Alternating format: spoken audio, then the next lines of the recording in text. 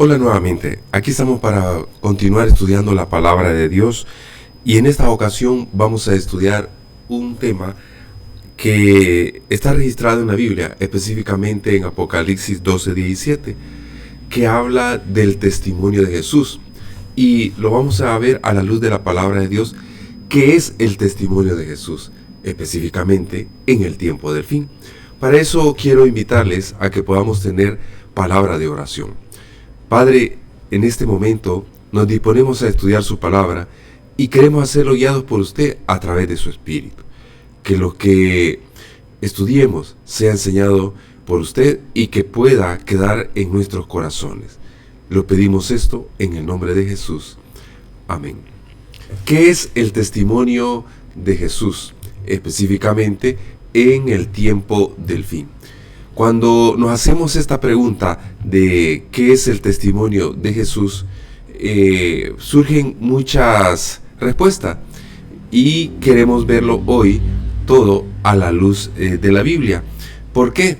¿Por qué es importante el testimonio de Jesús? ¿Qué es el testimonio de Jesús y por qué es importante en el tiempo del fin? Es interesante que el testimonio de Jesús, quienes lo tienen, vean cómo dice la Biblia en Apocalipsis capítulo 12 versículo 17. Entonces el dragón se llenó de ira contra la mujer y se fue a hacer guerra contra el resto de la descendencia de ella, los que guardan los mandamientos de Dios. ¿Y qué cosa dice? Y tienen el testimonio de Jesucristo. Entonces, ¿quiénes tienen el testimonio de Jesús? Dice que son los que guardan los mandamientos de Dios. ¿Y quiénes son esos? El resto de la descendencia de ella. Esos son los que guardan los mandamientos de Dios. Entonces, aquí podemos ver que hay una guerra de la que usted y yo en este tiempo somos parte, querramos o no querramos. ¿Por qué? Porque dice que el dragón se llenó de ira. Oiga, ¿se llenó de ira contra quién? Contra la mujer. Pero no le hace guerra a la mujer. Es interesante. Muchos hemos creído que la mujer es la iglesia. Pero déjeme decirle que en otro tema lo hablaremos. La mujer es más que la iglesia. Pero también dice de que se fue a hacer guerra no contra la descendencia, sino que se fue a hacer guerra contra el resto de la descendencia de la mujer. Entonces aquí hay tres actores: la mujer, la descendencia y el resto de la descendencia de la mujer. Es interesante esto. ¿Por qué? Porque en algún momento lo vamos a estudiar. Hoy nos vamos a centrar en la definición o entender qué es el testimonio de Jesucristo. Entonces, ¿contra quién es la guerra? Contra los que guardan los mandamientos de Dios y el testimonio de Jesús. Contra eso es la guerra. Contra los que guardan los mandamientos de Dios y tienen el testimonio de Jesucristo. Contra eso es la guerra. En este tiempo final, contra esos hay guerra. Contra los que guardan los mandamientos de Dios y tienen el testimonio de Jesucristo. Ahora, la pregunta es, ¿qué es el testimonio de Jesucristo? ¿Qué es el testimonio de Jesús? Para eso, podríamos citar una parte de la Biblia donde me define qué es el testimonio de Jesús, a dónde lo encuentro. Y lo encuentro en Apocalipsis 19:10. Me dice la Biblia: yo me postré a sus pies para adorarle. Y él me dijo: mira, no lo hagas. Yo soy consiervo tuyo y de tus hermanos que retienen el testimonio de Jesús. Adora a Dios, porque el testimonio de Jesús es el espíritu de la profecía. ¿Qué es el testimonio de Jesús? De acuerdo a este texto, es el espíritu de profecía. Oigan, qué interesante. Entonces, en este tiempo final es importantísimo. Es más, podría atreverme a decir que es indispensable el espíritu de profecía en la vida de los que están viviendo en el tiempo del fin. Pero ¿qué es el espíritu de profecía? Es el testimonio de Jesús. Entonces, si yo entiendo qué es el testimonio de Jesús, voy a entender en qué consiste el espíritu de la profecía. Y si entiendo el espíritu de la profecía, voy a entender qué es el testimonio de Jesús. Entonces, la pregunta ahora podría surgir: ¿qué es el espíritu de profecía? Vamos entonces a entrar en materia queriendo entender qué es el testimonio de Jesús. Para eso entonces vamos a irnos a otras partes de la Biblia, que lo encontramos en Juan 8, 13 y 14. Vean lo que dice la escritura de el testimonio de Jesús. Entonces los fariseos le dijeron: tú das testimonio acerca de ti mismo. Tu testimonio no es verdadero. Respondió Jesús y les dijo: aunque yo doy testimonio acerca de mí mismo, mi testimonio es verdadero, porque sé de dónde he venido y a dónde voy. Pero vosotros no sabéis de dónde vengo ni a dónde voy. Vean qué interesante. Está Jesús hablando de que su testimonio es acerca de él mismo y es verdadero. Entonces hay otra parte de la Biblia que lo encontramos en Juan 8:18. ¿Y qué dice la Biblia en Juan 8:18? Yo soy el que doy testimonio de mí mismo, y el Padre que me envió da testimonio de mí. Vean qué interesante. Él da testimonio de sí mismo y el Padre da testimonio de Jesús. Ahora, cuando vemos esto, hay otra parte de la Biblia en Juan 8:25 que podemos leerlo, hablando del testimonio de Jesús. Jesús le respondió: os lo he dicho y no creéis. Las obras que yo hago en nombre de mi Padre, ellas dan testimonio de mí. Vean, mi estimado amigo, mi estimado hermano, que ya Jesús empieza a dar una explicación de lo que era el testimonio de Jesús. Y aquí me dice en Juan 8:25 que el testimonio de Jesús era hacer las obras, hacer las obras en nombre de su Padre. Y volvámoslo a leer, ahí está en rojo: las obras que yo hago en nombre de mi Padre, esas obras que él hace en nombre de su Padre, son las que dan testimonio de Jesús. Ahora, esto debe de tener ya como la base. Las obras en nombre de su Padre que Jesús hacía eran el testimonio de Jesús. ¿Estamos claros hasta ahí? Yo creería que sí. Pero sigamos leyendo. Y ahora vámonos a Juan 8, pero el versículo 31 al 33 dice: entonces los judíos volvieron a tomar piedras para apedrearle. Jesús les respondió: muchas buenas obras os he mostrado de mi Padre, ¿por cuál de ellas me apedreáis? Le respondieron los judíos diciendo: por buena obra no te apedreamos, sino por la blasfemia, porque tú siendo hombre te haces Dios. Vean, entonces dice ahí que Jesús ha hecho muchas buenas obras. Muchas buenas obras os he mostrado de mi Padre. Las obras en nombre de su Padre dan testimonio de Jesús. Ahora, esto veamos qué quiere decir la Biblia con las obras. ¿Qué obras hizo Jesús en nombre de su Padre? Vámonos a Juan, solo que ahora el versículo 36 al 38 de Juan 8. Al que el Padre santificó y envió al mundo, vosotros decís: tú blasfemas, porque dije: Hijo de Dios soy. Si no hago las obras de mi Padre, no me creáis. Miren lo que está diciendo. Versículo 38. Miren lo que dice: mas si las hago, aunque no me creáis a mí, ¿qué cosa dice?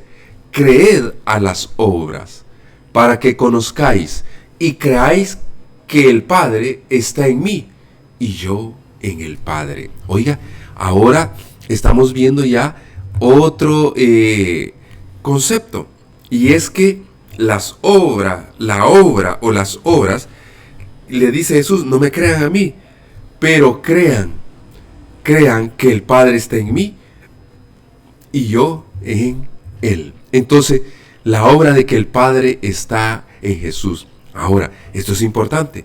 ¿Qué obras hacía Jesús? Las obras que el Padre le había dicho. Pero ¿cuál es la mayor obra? O una de las obras más importantes es que el Padre está en Jesús y Jesús está en el Padre. Entonces, teniendo esto como referencia, es importante. Entonces, ¿qué es el testimonio de Jesús? Las obras que Jesús hacía en nombre del Padre. Pero Jesús les dice, crean a las obras y conozcan que creáis que el Padre está en mí y yo en Él. Eso era lo que Jesús estaba queriendo decir. Ahora, vean lo que dice 1 Juan 5, 9 al 12, hablando de el testimonio de Jesús. Dice, si recibimos el testimonio de los hombres, mayor es el testimonio de Dios, porque este es el testimonio con que Dios ha testificado acerca de su Hijo. Vean, ¿cuál es el testimonio de Jesús? ¿Cuál es el testimonio que Dios hace acerca de Jesús? El que cree en el Hijo de Dios tiene, oigan, miren lo que dice, el que cree en el Hijo de Dios tiene el testimonio en sí mismo.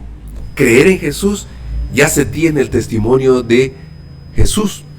Ahora, pero mire lo que dice, el que no cree a Dios le ha hecho mentiroso, porque no ha creído en el testimonio que Dios ha dado acerca de su Hijo. Pero, versículo 11, ¿cuál es ese testimonio? ¿Cómo poder hacer tangible ese testimonio? ¿Cómo saber que tengo ese testimonio?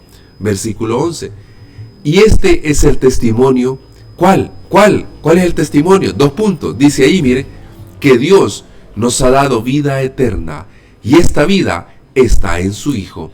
El que tiene al Hijo, tiene la vida. El que no tiene al Hijo de Dios, no tiene la vida.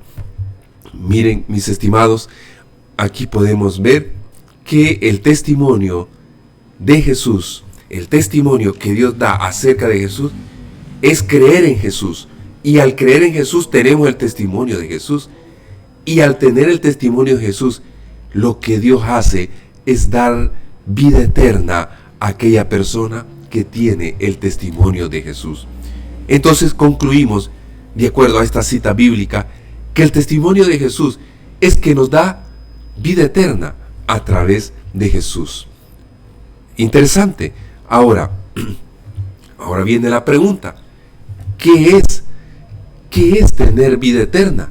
¿Cómo podríamos saber? ¿Cómo podríamos definir qué es tener vida eterna? Hay un texto que usted podría estar pensando. Juan 7, 17, 3 dice, y esta es la vida eterna, que te conozcan a ti, el único Dios verdadero, y a Jesucristo a quien has enviado. Ahora, conocer a Dios es la vida eterna. Es válido esta definición. Ahora, ¿cómo saber si yo conozco a Dios? Porque si yo conozco a Dios, tengo la vida eterna. Pero ¿cómo yo sé que tengo la vida eterna? Es más, si yo le preguntara, oye, a usted tiene la vida eterna, ¿qué me respondería? Si yo me preguntara, ¿tengo la vida eterna? ¿Qué pensaría? ¿Tengo o no tengo la vida eterna? ¿Cómo saber que tengo la vida eterna? ¿Cómo entender? Entonces es importante saber qué es la vida eterna, porque ya vimos en las citas anteriores que la vida eterna es lo que Jesús da, y ese es el testimonio de Jesús. Eso lo acabamos de leer. Entonces cuando dice allá Apocalipsis 12:17 que el dragón se llenó de ira contra el resto de la descendencia de la mujer y le hizo guerra a ese resto de la descendencia de la mujer, los que guardan los mandamientos de Dios y tienen el testimonio de Jesús, quiere decir es que tienen la vida eterna. Interesante. Entonces es importante saber qué es la vida eterna. 1 Juan 5:13 dice, estas cosas os he escrito a vosotros, que creéis en el nombre del Hijo de Dios, para que sepáis que tenéis vida eterna. Miren, y para que creáis en el nombre del Hijo de Dios. Ahora, versículo 36 de Juan 3. El que cree en el Hijo tiene vida eterna, pero el que rehúsa creer en el Hijo no verá la vida, sino la ira de Dios está sobre él. Entonces, ¿qué es tener vida eterna? Es creer en Jesús. Pero, ¿cómo yo sé que creo en Jesús? ¿Cómo yo sé que tengo vida eterna? Esa es la pregunta a responder. Vámonos entonces a Romanos 6:22. Mas ahora que habéis sido libertados del pecado y hechos siervos de Dios, vean, y aquí es interesante, tenéis por vuestro fruto la santificación y como fin la vida eterna. Oiga, qué interesante. Acabamos de leer en los textos anteriores que creer en Jesús es tener vida eterna. Y cuando yo tengo vida eterna es porque he creído en Jesús. Y si tengo vida eterna es porque he creído en Jesús. Y entonces con los textos anteriores puedo llegar a la conclusión que eso es el testimonio de Jesús. Ahora, pero este texto me dice que cuando he sido libertado del pecado y me hago siervo de Dios, tengo como fruto la santificación, y la santificación me dará un resultado, un fin. ¿Cuál es? La vida eterna. Entonces, ahora, ¿quién santifica? ¿Qué es santificación? Sabemos y hemos oído, por definición, que santificación o santificado o santo es algo que ha sido apartado para un uso exclusivo para Dios. Ahora, cuando vamos a 1 Tesalonicenses 2:13, me dice: pero nosotros debemos dar siempre gracias a Dios respecto a vosotros, hermanos amados por el Señor, de que Dios os haya escogido desde el principio para salvación, mediante la santificación por el Espíritu y la fe en la verdad. ¿Quién santifica? La pregunta es, ¿quién santifica? Santifica el Espíritu de Dios, el Espíritu Santo. Entonces, cuando la Biblia dice que habéis sido libertados del pecado y hechos siervos de Dios, se da porque hay un proceso de santificación. Y ese proceso de santificación lo lleva a cabo el Espíritu Santo. Y cuando el Espíritu Santo empieza a santificar a esa persona, entonces lo que está haciendo es dándole vida eterna. Ahora, esa vida eterna se obtiene con la presencia del Espíritu Santo, que es lo mismo que tener el testimonio de Jesús, de acuerdo a la cita que hemos tenido. Ahora, el Espíritu Santo santifica. El Espíritu Santo lleva a la persona a experimentar lo que es la vida eterna, porque así lo leemos en Romanos 6:22, que el fin de la santificación que produce el Espíritu Santo es la vida eterna. Ahora, entonces podemos concluir que el fruto del Espíritu es la vida eterna. Ahora, la pregunta es, ¿cómo yo sé que tengo vida eterna? ¿Cómo saber que yo tengo vida eterna? Esa es la pregunta. Entonces la Biblia me lo va a decir. En Gálatas 5:22 y 23 me dice, les dije hace un momento que el fruto del Espíritu es vida eterna. Pero aquí me dice, mas el fruto, vean lo que dice, mas el fruto, ¿qué cosa dice? Mas el fruto del Espíritu. Oiga, me está diciendo el fruto, no me está diciendo frutos, me está hablando en singular, porque el Espíritu de Dios produce vida eterna, porque el Espíritu de Dios produce santidad. ¿Y cómo sé que yo estoy recibiendo de el Espíritu Santo santidad? ¿Cómo yo sé que estoy recibiendo del Espíritu Santo la vida eterna? ¿Cómo yo sé que estoy recibiendo una santificación? El proceso de la santificación, aquí me lo dice Gálatas, más el fruto del Espíritu, más la santificación del Espíritu, más el resultado del Espíritu Santo es que amor, gozo, paz, paciencia, benignidad, bondad, fe, mansedumbre, templanza. Contra tales cosas no hay ley. Entonces, ¿qué es tener vida eterna? Tener vida eterna es tener el fruto del Espíritu, porque el Espíritu Santo me da vida eterna. Pero ¿cómo yo sé que tengo vida eterna? Cuando yo empiezo a ver estas virtudes que describe Gálatas. ¿Cuáles virtudes? Amor, gozo, paz, paciencia, benignidad, bondad, mansedumbre, templanza. Contra tales cosas no hay ley. Cuando en su corazón haya estas virtudes que el Espíritu Santo produce, usted estará experimentando lo que es vida eterna. Por eso en este momento yo le hago una pregunta de reflexión. ¿Tiene usted vida eterna? Si usted me dice sí, es porque tiene estas virtudes. Si usted me dice no, es porque no tenemos estas virtudes. Y podríamos estar en la iglesia, podríamos tener muchos años de estar en la iglesia, pero no podríamos asegurar que tenemos la vida eterna, mucho menos que estamos siendo santificados por el Espíritu Santo, por el Espíritu de Dios. Entonces, ¿cómo saber que tengo vida eterna? Cuando yo tengo estas 9 virtudes de las que habla Gálatas 5, 22 y 23. Entonces, podemos concluir ¿qué es el testimonio de Jesús? El testimonio de Jesús es tener a Jesús en mi vida por medio del Espíritu Santo que produce en el corazón las virtudes de las que habla Gálatas 5, 22 y 23. Entonces, cuando leemos estos textos, entonces podemos llegar a la conclusión que ese es el testimonio de Jesús. Ahora, si ese es el testimonio de Jesús, si el testimonio de Jesús es tener a Jesús en mi vida por medio del Espíritu Santo, donde el Espíritu Santo produce en el corazón esas 9 virtudes. Ahora, recuerden que leímos en Apocalipsis 19:10 que el testimonio de Jesús es el espíritu de la profecía. Entonces, ¿qué es tener el espíritu de la profecía o el espíritu de profecía? Para eso yo quiero invitarles a ir a un ejemplo, Enoc. ¿Quién fue Enoc? Enoc, dice la Biblia, que caminó con Dios y Dios se lo llevó y está en el cielo. Hablando de este hombre, hay un libro, Patriarca y Profeta, página 73, que hace una declaración de él. Por medio de santos ángeles, Dios reveló a Enoc su propósito de destruir al mundo mediante un diluvio, y también le hizo más manifiesto el plan de la redención.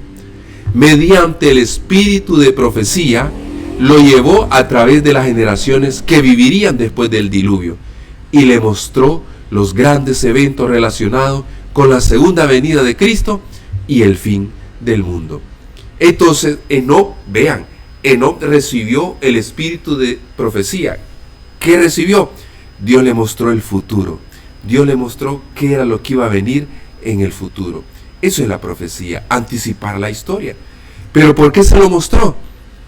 Vean, ese mismo libro, página 74, dice, Enoc llegó a reflejar más y más. ¿Qué llegó a reflejar? La imagen divina. ¿Qué es eso? Santificación. ¿Qué es eso? Espíritu Santo. Tenía el rostro radiante de una santa luz, semejante a la que resplandece del rostro de Jesús. Cuando regresaba de estar en comunión con Dios, hasta los impíos miraban con reverencia ese sello del cielo en su semblante. Enoc llevaba la santidad en su vida, la reflejaba en su carácter, la reflejaba en su diario vivir. Entonces, eso era producto de tener el Espíritu Santo, la misma presencia de Dios. Eso era tener el testimonio de Jesús. Eso lo llevó a tener el espíritu de la profecía, conocer anticipadamente los eventos en el futuro o del futuro. Ahora, ¿qué podemos pensar? Pero el corazón de Enoc estaba puesto, oiga, ¿cómo era la vida de Enoc? Pero el corazón de Enoc estaba puesto en los tesoros eternos. Miren la vida de Enoc. Había contemplado la ciudad celestial, había visto al Rey en su gloria en medio de Sión. Su mente, su corazón y su conversación se concentraba en el cielo. Todo giraba alrededor del cielo. Enoc había llegado a desarrollar una vida, oiga, una vida celestial en esta tierra. Una vida con una vocación celestial. Enoc no se había conformado a este mundo. Enoc no tenía como molde este mundo. Enoc no tenía como modelo este mundo. Enoc no era regido por las costumbres, por las fiestas, por los modelos de este mundo. Enoc vivía pensando en el cielo. Eso lo llevó a él a tener el testimonio de Jesús. Eso lo llevó a él a tener el espíritu y la profecía. Eso lo llevó a él a tener una vida con una vocación celestial. Nosotros tenemos que hoy pensar en eso.